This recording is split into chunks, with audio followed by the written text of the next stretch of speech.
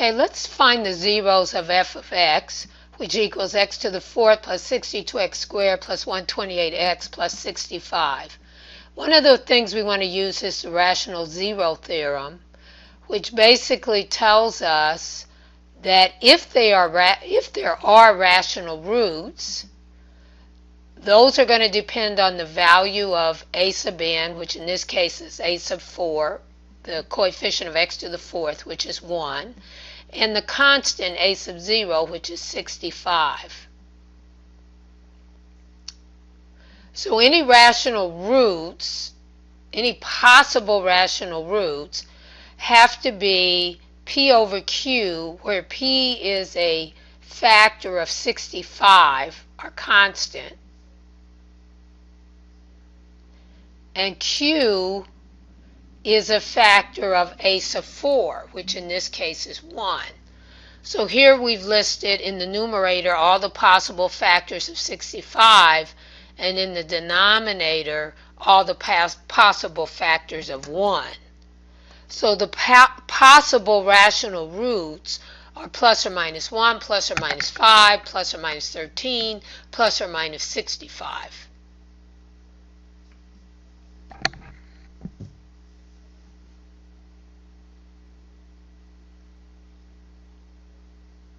All right, one of the things we're told to do is to possibly use a graph of the function to find the zeros.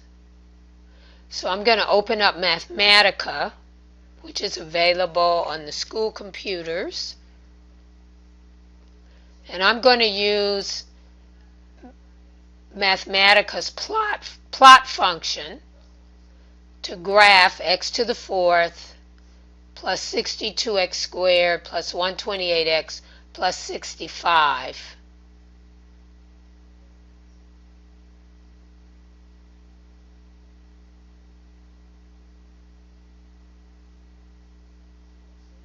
So I plot the function, and I'm going to give a y, the range on y, which is called plot range.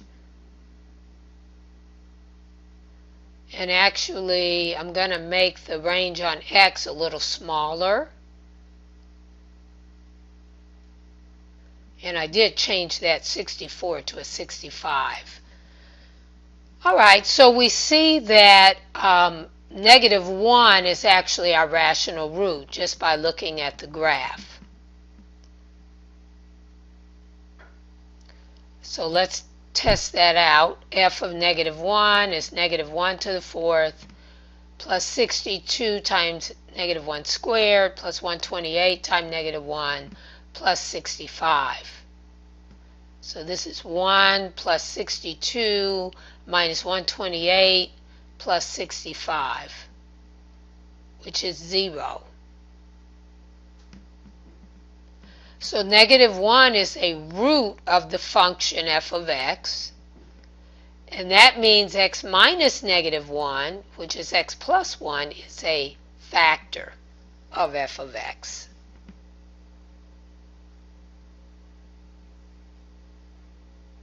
So since we know negative 1 is a factor, let's use synthetic division to write f of x in factored form.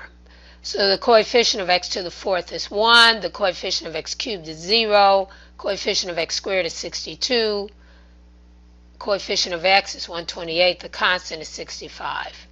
So I'm following the process of synthetic division, and I see, just as I knew would happen, my remainder is 0. Since I knew negative 1 was a root, that would happen.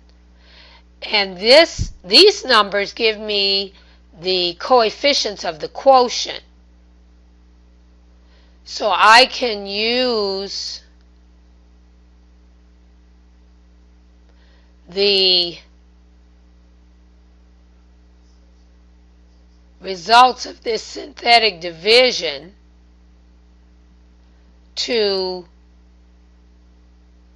write the polynomial in factored form.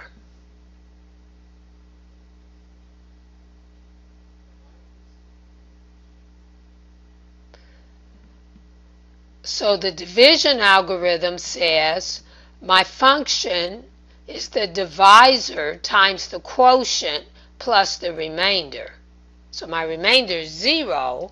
So in this case, my function is the divisor, which when I did the synthetic division, I was actually dividing by x plus 1, times the quotient, whose coefficients are 1, -1, 63, and 65.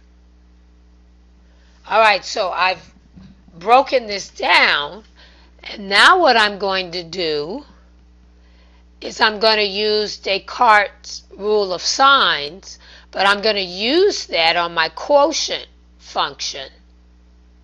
So I'm going to apply what this rule of signs says to x cubed minus x squared plus 63x plus 65. So I see there's one sign change. X cubed has a positive coefficient, x squared a negative. So that's a sign change. And then I have a second sign change when I go from a negative x squared to a positive 63x. So there are two sign changes on this function, which I'm going to call this function g of x. And Descartes' rule of signs tells me there are two positive real roots or no positive real roots. When I read what the rule of signs says, those are the only possibility. Either there's two positive real roots or there are no positive real roots.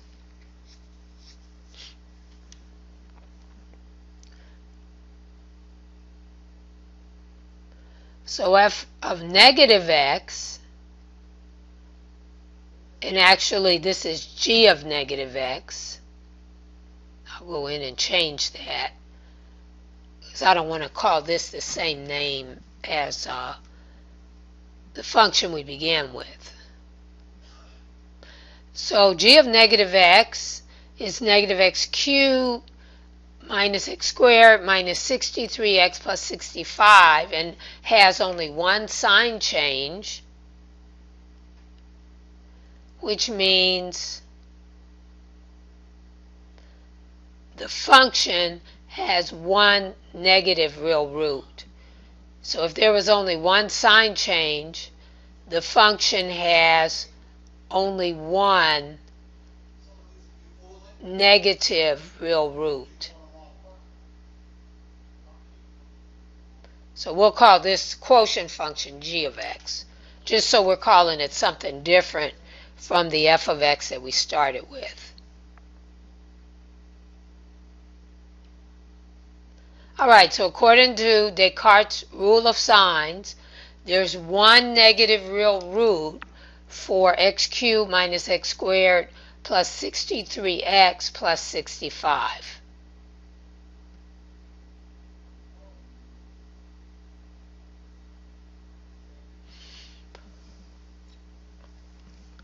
So let's use Mathematica to graph g of x. And we also want to apply the rational roots theorem to g of x.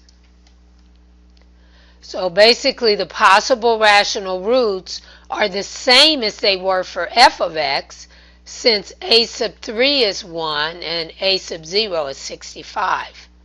So we get the exact same possibilities that we got for f of x because the leading coefficient and the constant are the same as they were for f of x.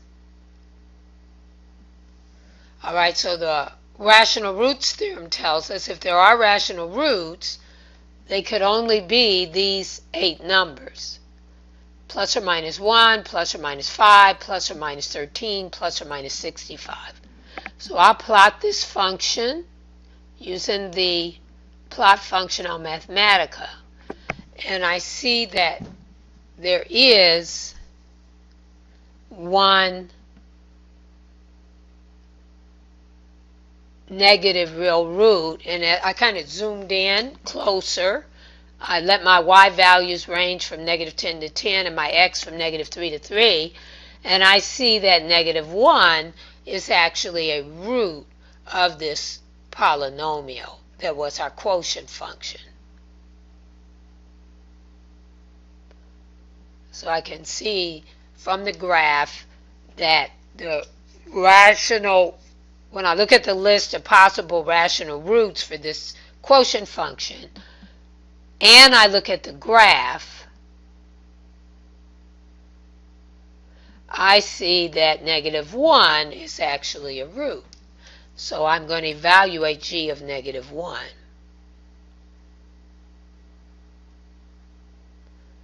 And notice that that does indeed give me 0.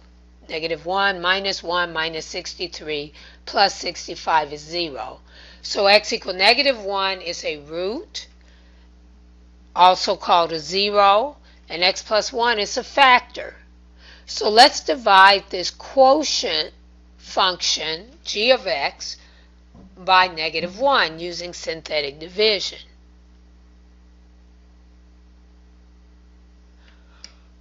So just as I knew what happened, the remainder was 0, since I knew x plus 1 was a factor. And this is my quotient. The 1, negative 2, and 65 are the coefficients of the quotient of this division. So notice that quotient function is x squared minus 2x plus 65. So f can be factored into the square of x plus 1 times x squared minus 2x plus 65. So I am going to solve this function x squared minus 2x plus 65 set equal to 0. And I'm going to use the quadratic formula to do this. A is 1, B is negative 2, and C is 65. So I have negative B, negative 2, plus or minus the square of B, minus 4 times 1 times 65, 4 times A times C.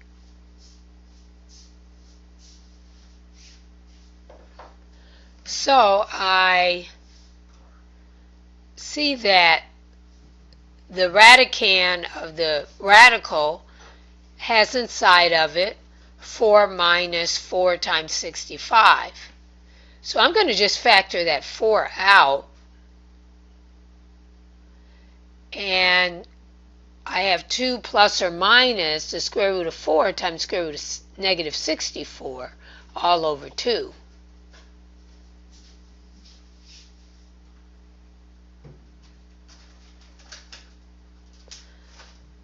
So when I go to break that radical down, I write it as square root of 4 times square root of 64 times square root of negative 1. So I wind up with 2 plus or minus 2 times 8i divided by 2, which simplifies to 1 plus or minus 8i. So x is either 1 minus 8i or x is 1 plus 8i.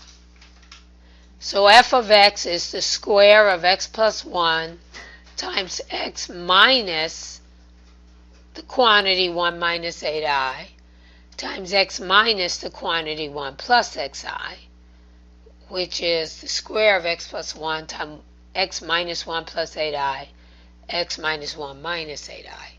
So the zeros of my function f of x are negative 1, 1 minus 8i, 1 plus 8i. And notice these first two zeros are what we call repeated roots. And that solves our